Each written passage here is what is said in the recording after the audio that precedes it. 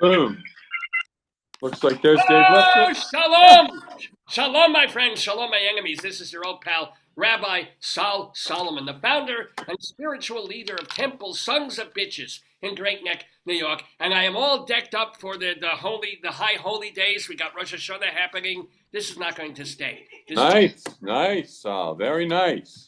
Thank you so much. The person saying nice to me is a nice gentleman who has been an actor and a director and also an artistic director. I'm kind of an autistic director myself, but let's see if this will stick. Thank you so much. There we go. Oh my God. I feel like the little star of Bethlehem here. The real Bethlehem, not the Goyish one. Right. Yeah, the one, the only, Hamilton Clancy. You see it, Phil. There it goes. So he is founder of the Drilling Company. And if you've ever heard of them, they've been off-off-Broadway for several years now, doing Bryant Park Shakespeare, and more famously, Shakespeare in the Parking Lot.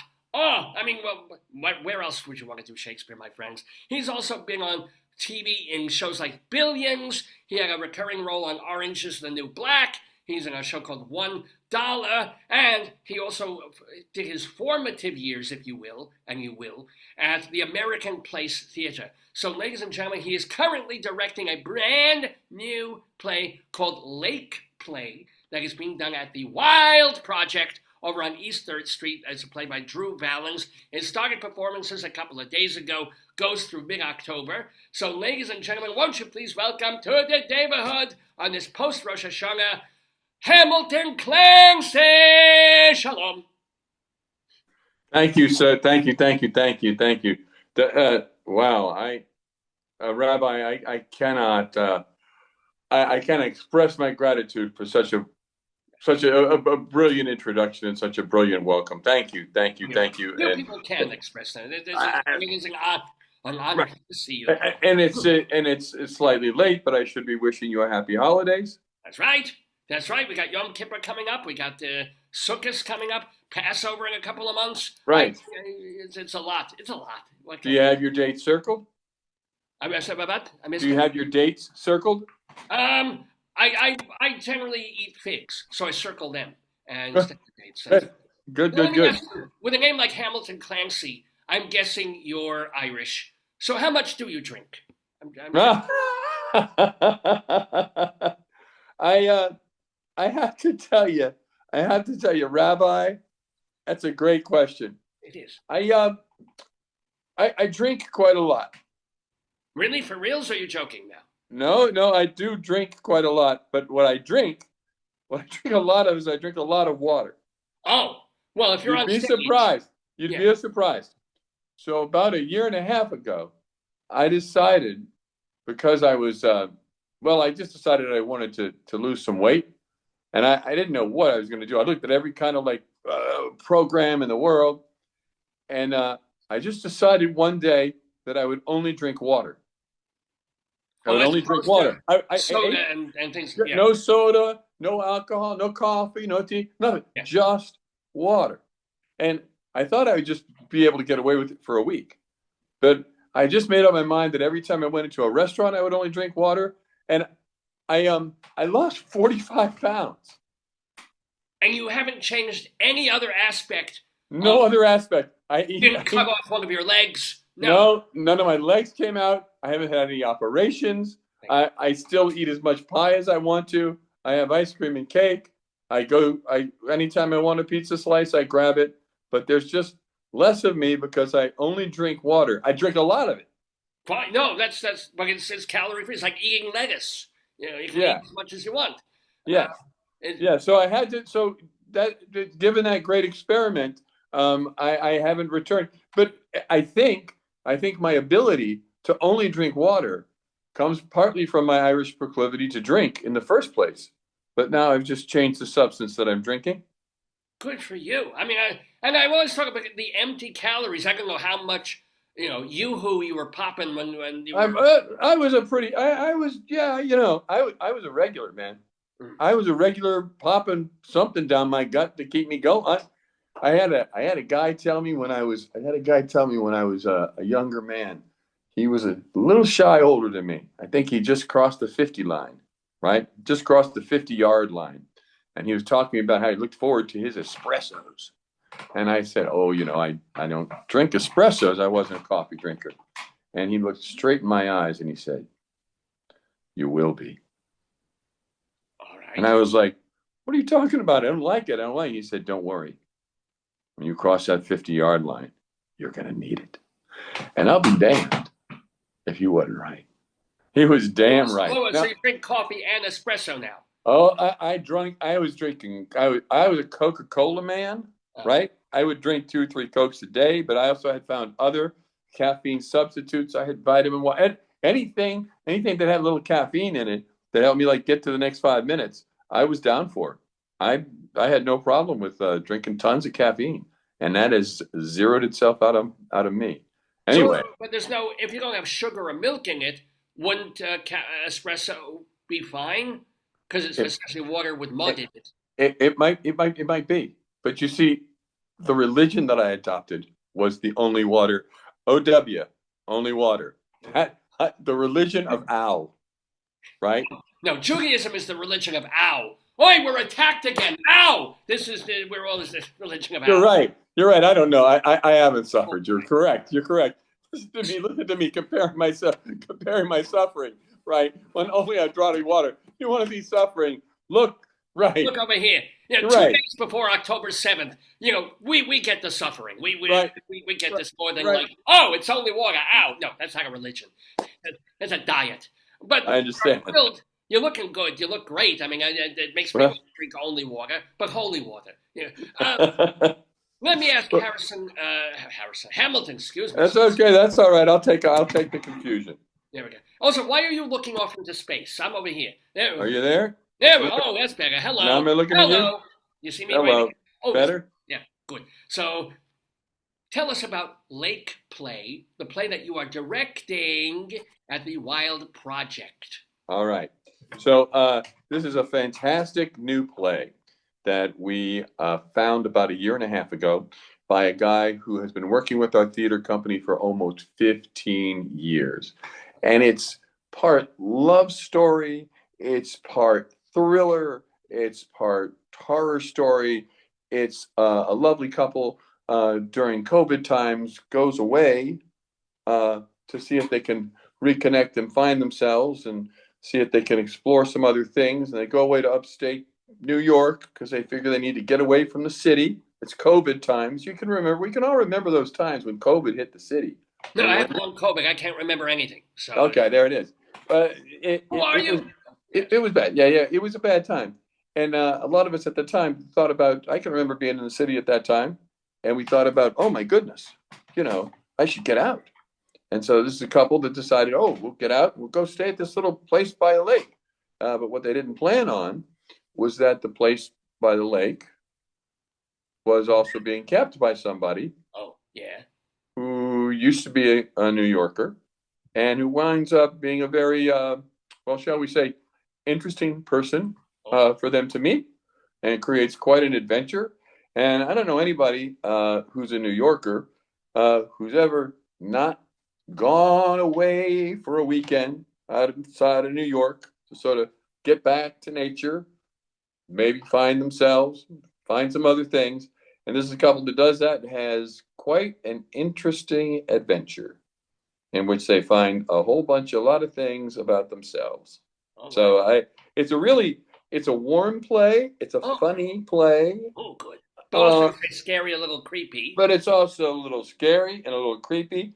This writer, Drew Valens, he's it's his first play, and we've been doing plays. We actually started. Wait, I'm sorry. Well, you said he's been with the company for 15 years. Is he an actor then? He's an actor. Oh, I see. Okay. So he's an actor. He's an actor. He's acted in a bunch of Shakespeare plays with us, a bunch of original plays with us. He's got he's a terrific actor. Terrific actor. And we had an opportunity to do some readings of some plays, well, like I said, 1.5 years ago. And I mentioned it to him because I thought maybe he would be in one. And he mentioned that he had written this play. I didn't even know anything about it. So it seemed to me, he sent it to me. I took a short read of it, and it was, wow, It was a wow play. One of the best plays I've seen or read in a long time. All right. And then we put it up in front of some folks, and they all loved the heck out of it. And I said to myself, wow, this is an opportunity. We should try to get this thing.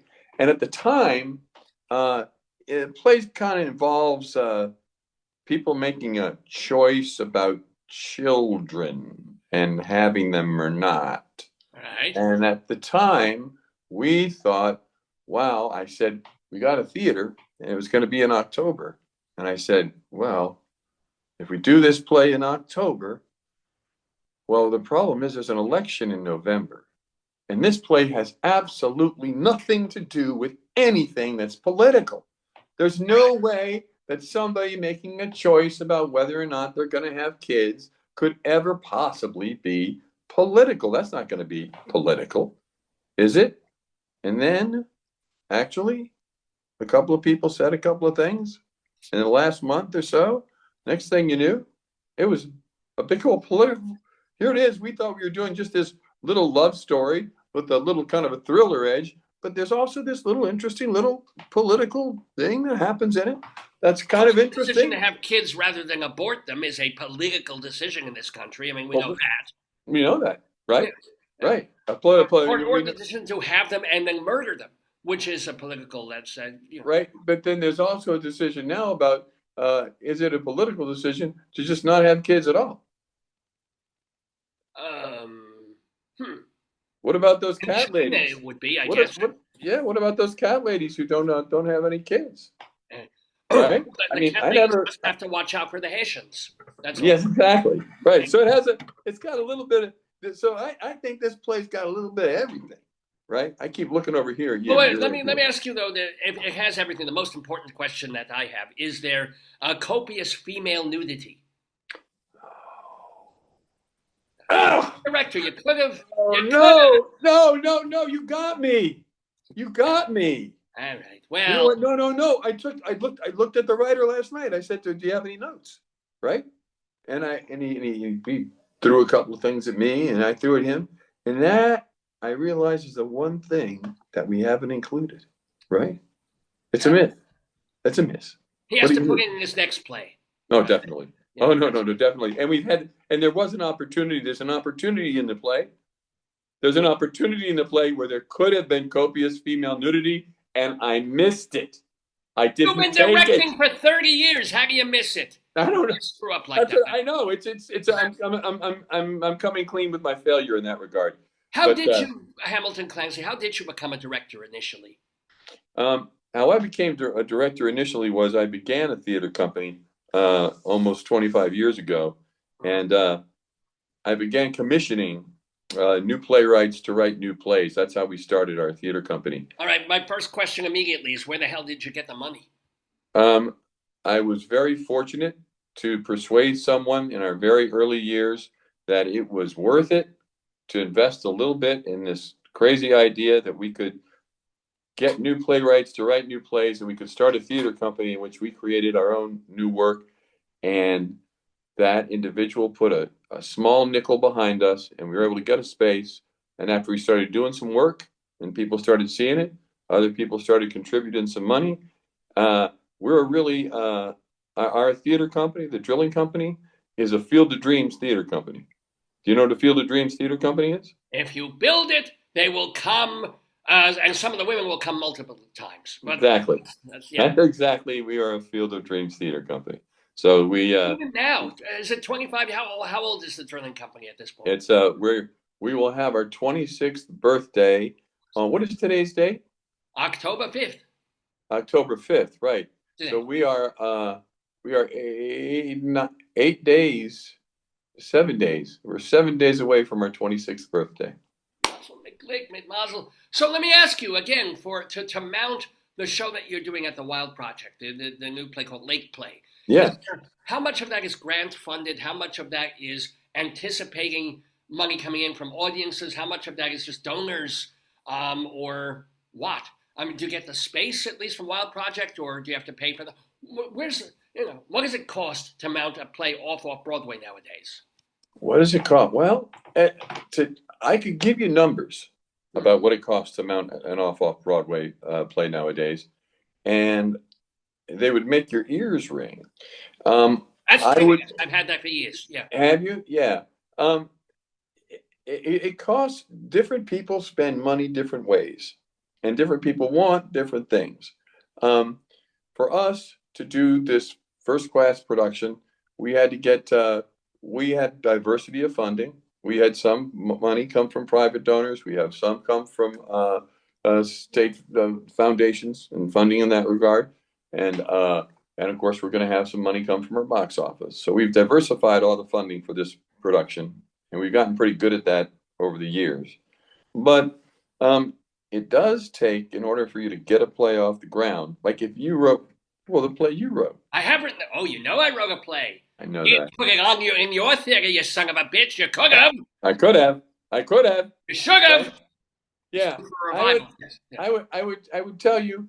I'm the reason I'm hedging, giving you a dollar amount, is because nowadays some people could come to me and they'd say, "Oh man, I have $200,000 to do a play."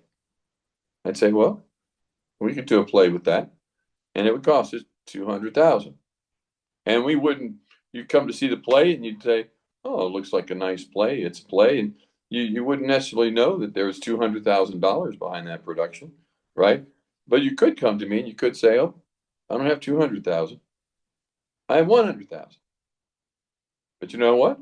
We could still do that play, Yeah. and we could still do that play, and people would come to it and they'd say, "Oh, this is a nice play. All right," and they wouldn't even know you had 100,000.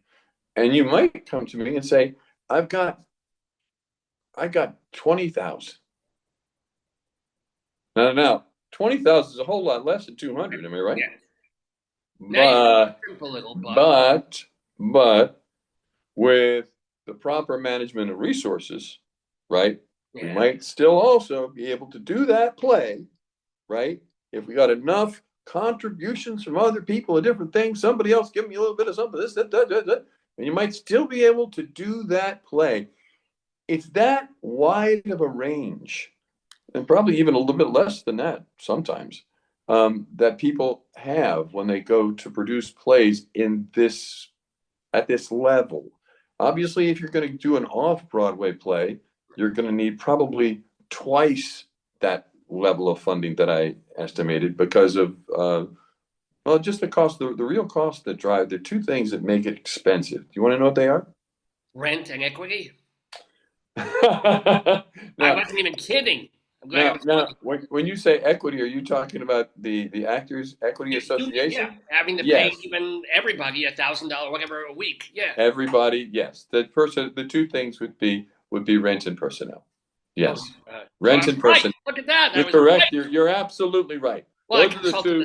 Those are the two. That's it. That's it. So if you wrote me, and you wrote me the one-man show. The one-man show that you should send me, right? Well, then I only have to pay one man, right?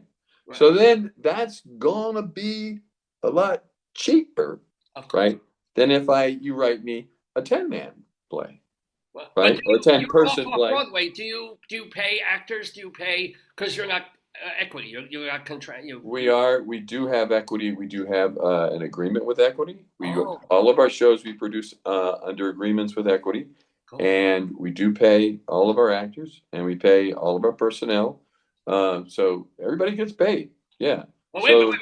In this Lakeplay that they're doing now, if God forbid a million times, your lead actor has a terrible accident, and you need a rabbi to fill in, or perhaps to understudy. I'm just. I want to tune you in ahead of time, because this whole conversation has inspired me. There's a little known fact about Lakeplay. It's not mentioned a lot, but the playwright, our fine playwright, he happens to be Jewish. Mm-hmm. This is exciting to me. Yes, he wrote the play, and he wrote the play, somewhat had some personal association. So he happened to make a character in the play. He made the character Jewish. Well, I'm just look. So now he doesn't. No, I don't want you to get too excited. He he didn't mention, it's not in the, so it's, but I think definitely, there's a lot of qualities that you have that are very Lakeplay. They're very, very Lakeplay. I could see that. That's scaring me. I could do the girl part. The shiksa. I could play the shiksa. Well, If I cut these. if you cut those, what about the beard? Are you going to keep it? Well, some women, old Italian women, they have beards. We can work with it. Yeah, you bet. I think you actually, the landlady, right? I think you definitely could play the landlady. Of course, right? I can play the landlady. If you keep the beard, Kimber's place. I definitely think you could play Kimber. Kimber is the name of our landlady. I definitely think you could play her very convincingly. She's very generous and very welcoming, but she's somebody who you're a little not too sure about. That's me. That's what I'm saying, right? Yes. You'd be perfect. Do something I tell. Just in case, God forbid. I'm sure they're all healthy and happy. What are the names of your actors? Just give them a little plug. Yeah, let me give the names of our. The play is led by Matt Lee, fabulous actor. Petra Dennison, terrific actress, and a superstar from our company named Carla Hendrick. It's a 3-person play. Carla Hendrick has been with our company for almost 15 years. She led a production that went off-Broadway with our company about 10 years ago called The Norwegians. And she was celebrated by the New York Times as being one of the finest performances of the year. So having Carla Hendrick in the play she's a real veteran, and she's terrifically funny and bright, and she kills it. So all of my actors are fantastic, but those are 3 individual separate salaries. So if you let me play all the parts, it gets that much cheaper. You could pay off the thing. You could do all 3. You're saying you would? Yes. You would do all 3? Yeah. Wow. I could run around. You do both the husband and the wife? I could. Of course I could. No, you can't. Yes, I can. See, I'm good. Could you do that one more time? No. Do it one more time. Just what you just did. Okay. Just do that one more time. No, you can't. Yes, I can. No. I'm telling you, that's in the play. Is it really? Those lines are exactly in the play, and you did it almost exactly like they are in the play. See? Amazing. It's kismet. It's God working through me into you. Yeah. No, stunning.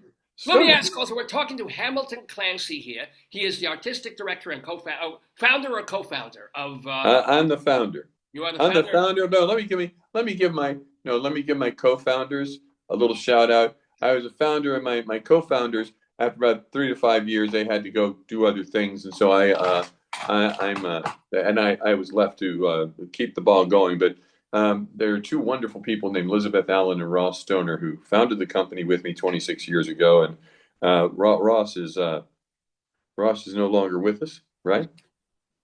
So we take a hat off to Ross. He's a great spirit that we started the company with. And so I just always like to. And Elizabeth left our company, and after the first 3-4 years, she had other professional pursuits. But Elizabeth Allen, she's come all the way back almost 17 years later. She came back to New York and began working with our company, and does so today. So it's really we have the drilling company is a great family of artists, and we've been working for about 25 years. And people ask me a lot of times, they say, well, who's in the drilling company? And I tell people that you are in the drilling company if you think you are. Oh, well, you'll be doing my play next month. That's wonderful. That's what I say. I am believing it, that Shalom Damek, An Evening with Rabbi Sol Solomon, which actually has 2 salaries. There's nice. All right, so I like the way you doubled it up. You have to. You kind of have to. Anyway, let's also ask some other questions. For example, Shakespeare in the parking lot. What is the key to getting Shakespeare across in that kind of situation when you're not in a theater and you're not even in a park, but you have $12.17 and boom, parking meters, traffic? How do you get Shakespeare across to people? Well, I think the first answer to that question has to be that you need a little bit of volume. This I got. You need to be able to offer Shakespeare with a little bit of authority, and happen to have an instrument that can communicate beyond a couple of parked cars. We've been very fortunate to have actors who are really trained in the theater and have really terrific instruments. The second I have a thing viola da gamba. no, the viola da gamba, actually, the viola da gamba could come in really handy. It would have been very handy in the last show. There's a character in the last show we did who played the viola da gamba. See, you could have. I can tell you right now, I actually was in the show. I played the character who said, and he plays all the viola da gamboys. I said that line, and you play, and you have it. That you obviously could play an Andrew Aguichi in Twelfth Night. The second thing that you actually need is you need to have actors who are a little bit of a show person. You can't be afraid, because all we have when we do Shakespeare in the parking lot is we have the actors in very simple settings. But in fact, you wouldn't know is that's actually how Shakespeare wrote the plays. Shakespeare actually wrote his plays to be done in a parking lot.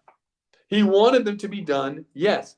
He wanted them to be done as simply any play. Like back in Shakespeare's time, they didn't have sets.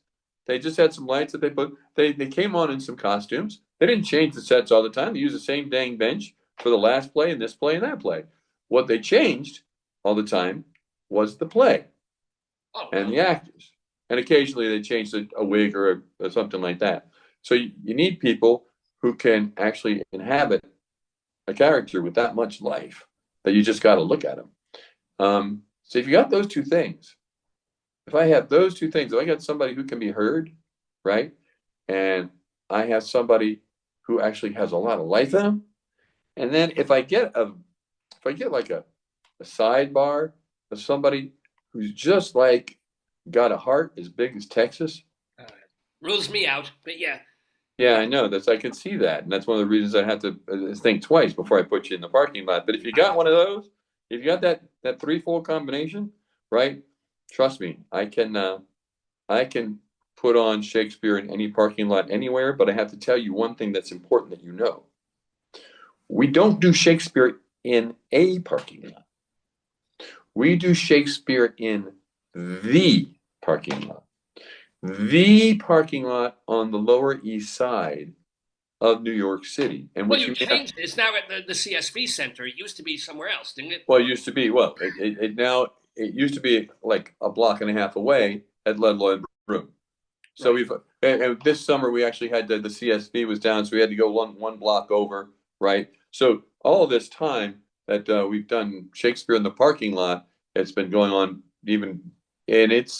we've never not done it within like a 4-block radius, right? It's always been the Lower East Side. And one of the reasons why it's on the Lower East Side is because Lower East Side, as you may or may not know, is one of the great melting pots historically. And it's one of the great melting pots in New York City. And what you may or may not know is that New York City is one of the greatest cities in the world. Well, yeah. As a matter of fact, you may not know this, it's one of the greatest cities of all time. So New York City is one of the greatest cities in the entire history of man that it exists. True. And the Lower East Side is one of the greatest neighborhoods in one of the greatest cities. It's one of the greatest melting pots. And Shakespeare, there's ways to go before you hit Passaic. But yeah, I know what you're saying. And Shakespeare is one of the greatest writers. Yeah. So we're doing one of the greatest writers in one of the greatest neighborhoods in one of the greatest cities of all time. And the only reason you're doing it down in the Lower East Side is that after the show you can go get Katz's. That's really No. I got to tell you. No. I got to tell you, that was one of the reasons, early days, but now they're closing early. Can you believe that? Katz's isn't open when we're done now. Oh my God. They close at 10 o'clock now? That's horrible. Yeah. I'm sorry about this. This is tragic. This is unfortunate. Now, let me ask you. You worked acting, and I guess learned some directing when you were involved in a place called the American Place Theater that was over in Midtown. The Roundabout, I think, controls the place now. But yeah, they do. the guy who was running that, Wynn Handman. Yeah. Have you ever heard of Wynn Handman before? I just mentioned him. Yes, I've heard of him. So, You've heard of him? and they Good. did a documentary about him. You were probably a talking head on that. So, Yeah.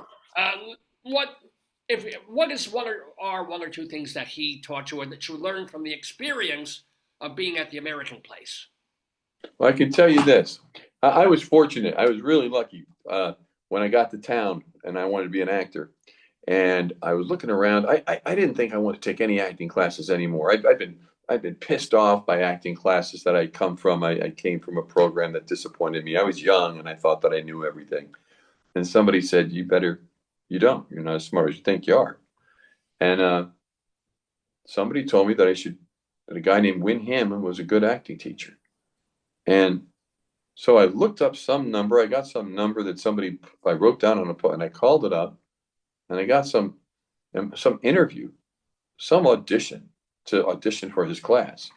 And when I auditioned for this guy's class, he started talking to me after I did this monologue, and I started answering, and I didn't realize actually that he was talking to me in the character who I was in, and I thought he was talking to me directly. But I was sort of like the character anyway, so I just went with it. And he decided that I was worth trying to make better. And he let me in his class.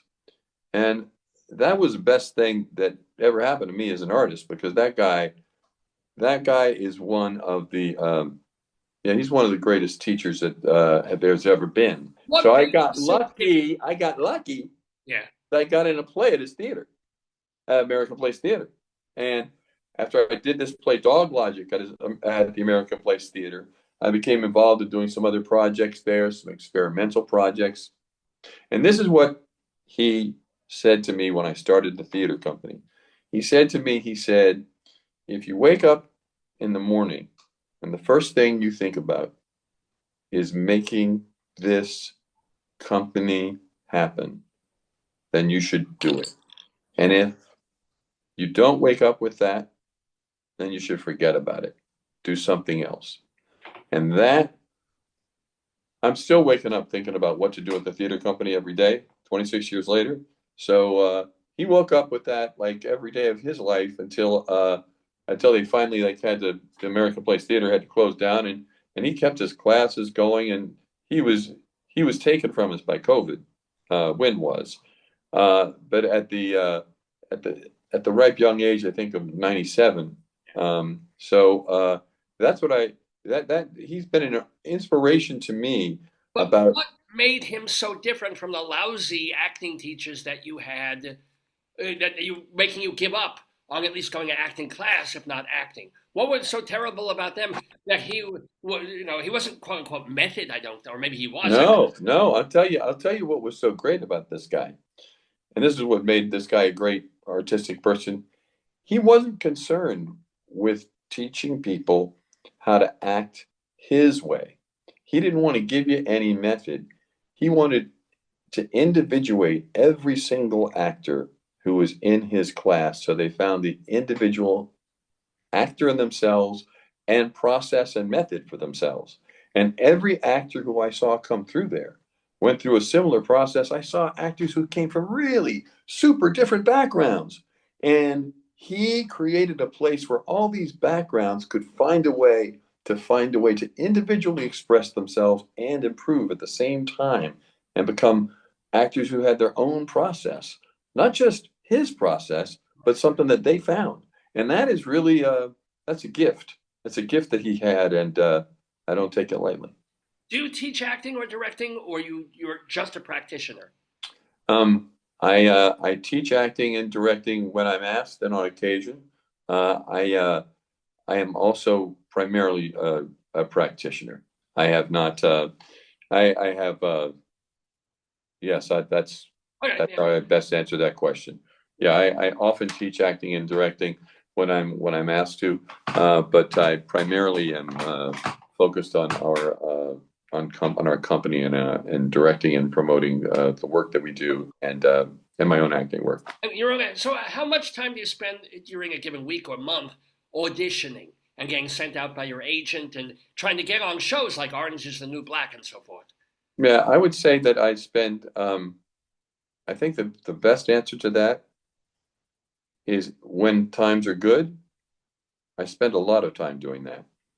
And when times are not as good, I don't spend as much time doing that. It, it, our business is a really funny business. I don't know if you know that because you're funny. Hilarious. Yeah. It's hilarious. Um, but they're different.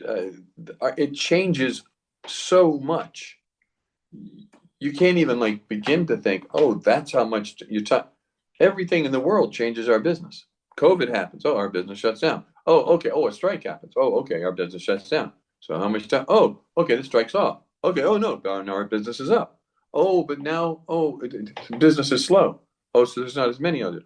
But now business is up. So now there are several. It's and then every time goes on and other events affect it. So it's not something I've been very fortunate to have the opportunities I've had, and et cetera, et cetera. And I can only tell you this, that I look forward to spending even more time auditioning because there's nothing that I love more than auditioning except actually playing the roles. I love auditioning. I thought you were going to say nothing you enjoy more than directing for the drilling company, but you enjoy more. It's really they're neck and neck, right? Auditioning for all of these wonderful projects, right, is a tremendous thrill, and it actually causes you to exercise yourself as an actor constantly on the dot. I mean, you get something and you're expected to be a postman one day, you're expected to be a serial killer the next day, and then the next day they want you just to be a senator, and then the next day they want you to be and it's boom, boom, boom. So calling upon all those different colors in yourself, wow, that's cool. But there isn't anything. My life's work is as the artistic director of the drilling company because it's building a family of it's the opportunity to work and the privilege to work with these incredible artists. That's all the people that I mentioned: Matt Lee, Petra Dennison, Carla Hendrick. That's just the tip of the iceberg of the incredible people that I work with. And that is it. When you're fortunate enough to build a family of artists right around you that make you just question your own. Yeah, yeah. They make you second guess yourself. You know what I mean? You're working with people who make you go, I'm no good. That person's great. Oh, everybody makes me feel like that. Yeah. Everything you see it, you know how that is, right? Don't you? Yeah. Oh, I know. Everybody makes me feel like crap. But do you have a family of your own? Do you have? I do have a family of my own. Yeah, I have my wife of 24 years and 24 years and 3 or 4 months, and we're hoping to get, what is today? October 5th. Yeah, well, we're hoping right now things look good. We're hoping to get to October 6th, right? Me and my wife, we take it one day at a time. So and that's been going that way for 24 years. So I'm pretty sure Did you carrying meet kids. Lucy in the drilling company? Was this someone you met? No, I met her. She actually, she helped inspire the start of the drilling company. She was, and she did many plays in the early years of the drilling company. And she, after our son was born about 20 years ago, she decided that she had some other things that she was going to do creatively besides the drilling company. So she is a very patient and supportive observer these days. She was at the show last night. But she's always a fantastic person to have in the house, and she continues to support me with wonderful ideas. You can't do these things without allies and partners and alliances. And And is your son in college? What is he up to? yeah, Are you he's keeping him in away from college at the he's in college at the School of Visual Arts. He is a visual artist. Yeah. He did he thinks actors are scallywags. He wouldn't use that word. He uses other words that are more common for 20-year-old guys to use. Yeah. He thinks actors are terrible. They are. Yeah, we are. He did a film. He did a film in which he was a production assistant, and so he had to pick up things here and there and move all around. And the actors just sat around at the table drinking coffee in between scenes, and he thought actors are awful. Oh, they're lazy. Yeah. They could help move this. They could. Yeah, I see. What is it with actors, right? All they Yeah. want to talk about is how great the last movie was. So but he's a very talented artist. He does very well at the School of Visual Arts. Awesome stuff. Let me ask you. Speaking of we have just a couple of more minutes here with the one. Yeah. Hamilton Clancy. What are one or two of the funniest, most ridiculous things that have happened, which you must have witnessed, when you guys were doing a Shakespeare in Bryant Park or in the parking lot, or just some of the shows you've been doing? You must have had moments of, like, something in the audience happens, scenery fall. Yeah. What are some of the wildest things that have happened since you've got to play at the Wild Project now? So, yeah. Yeah, we've had a lot of wild things happen. I'll tell you, most of this one, for some reason, this one happens to come to mind when you ask me that question. There are so many wild things, but this story happens to come to mind. We did a show at Ludlow and Broome, the parking lot at Ludlow and Broome. It was one of the first shows the drilling company was part of producing there, and it was Two Gentlemen of Verona. And at the time, we didn't have any. We'd build a set for the play to be done. We'd only do it on Thursday, Fridays, and Saturdays nights, and we didn't have any place to put the set. We had a motorcycle bar that let us put some things downstairs, but we had a scenic designer who built this big yellow moon. It was very romantic. It was really perfect. It was glorious. We would put it up and attach it with bungee cords to this sign with this letter, and had a little hole in it, and the actress would stick her head out. It was just perfect. It was just beautiful, and we're the street light right over it. So the yellow moon, we didn't have any place to put it. So we finally, when we were getting ready to do the play, I said, let's put it over there, right behind the steel barricade that was right in front of the wall. That in a parking lot, you wouldn't think anything of it. It's a steel barricade that's there. No big deal. So that's where it was, and we just left it there because I figured nobody's going to take a big yellow moon and put it in their apartment. It had no use to anyone, and no one did. Huh. However, the garbage people took it. They thought it was maybe no. One night we got there. It's an 8:00 show, and we were getting everything ready. But we had some interns who were helping us out, and they hadn't gotten the moon over. And I said, why? Somebody said to me, you're going to have to go look. And I didn't have to look because I could smell. They spray painted over it? No, I'm afraid someone at the time in the neighborhood of the LES had decided to leave something that left a more putrid smell in the atmosphere. It's just on the floor. What's the big deal? Why? They happened to go to the bathroom on the other side of that steel thing and left a lot of that on the moon, right? And so How do you get it? What, did they have diarrhea and they were spraying it upwards? The moon was on the ground. It was wedged in behind the barricade in the wall. So they just So we were but it had this in it, and nobody knew what to do. Because nobody really wanted to tell you the truth, nobody wanted to clean it off. Well, yeah. So that is what it is to be the artistic director. Because I looked right at them, I gave them $10. I sent them to the CVS. I said, get the gloves, right? Get the towels, right? Get it in, get the Dilax, right? And you know who went in to clean up the moon? Right here. Yes, sir. Yes, sir. And if you think that I didn't get that moon cleaned and clear in time for that production, you would be wrong, because it went up. So it was the most hilarious set of comic circumstances I can remember, in that particular extent of having to overcome something that we wouldn't expect at the last minute. And you wouldn't find that if you're in a regular theater, right? And did that teach you for future plays that you do sets modularly, like you can take them apart and put them back together easily? Yeah, it taught me for future plays that I always covered everything that we put in the corner with lots of blue tarp so that nobody could ever get to it with anything that we had to clean off. And I always made sure we're in the parking lot that we got some rubber gloves and some Lysol on hand. And that was the last time I ever had to do that, right? No, tweet. Oh, don't ever say that, because as soon as you say that, it's going to happen. Tweet. Super tweet. Oh, my goodness.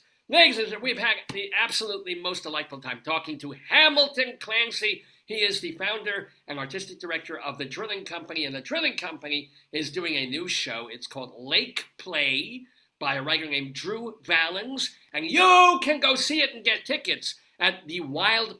go to www.drillingcompany.org. Drillingcompany.org. That's where you'll get the tickets. Drillingcompany.org. .org is where you can buy the tickets. The show is at the Wild Project over on East 3rd Street, and I'm not, what is it, 2nd Avenue, or where are they? In B. They're really down. They're Avenue B. Yeah. It's a cool neighborhood. It's one of the coolest neighborhoods I've ever had a pleasure to do a show in. It is. Avenue B and East 3rd Street is super cool. Yeah. Well, you, Hamilton Clancy, are super, super cool, especially since the next play that the company is doing is called Shalom Damn It, An Evening with Rabbi Sol Solomon. Check it out. Yeah, I'm looking forward to it. Yeah, it's going to be great. Oh, but go see Lakeplay, and it has been fun playing with you, Hamilton Clancy. I should rephrase that. Shalom to you. Most happy Irish New Year. Keep drinking that water, and we hope to see you back in the neighborhood soon. Shalom, Rabbi. Shalom, Rabbi. Happy holidays to you. Bye-bye now.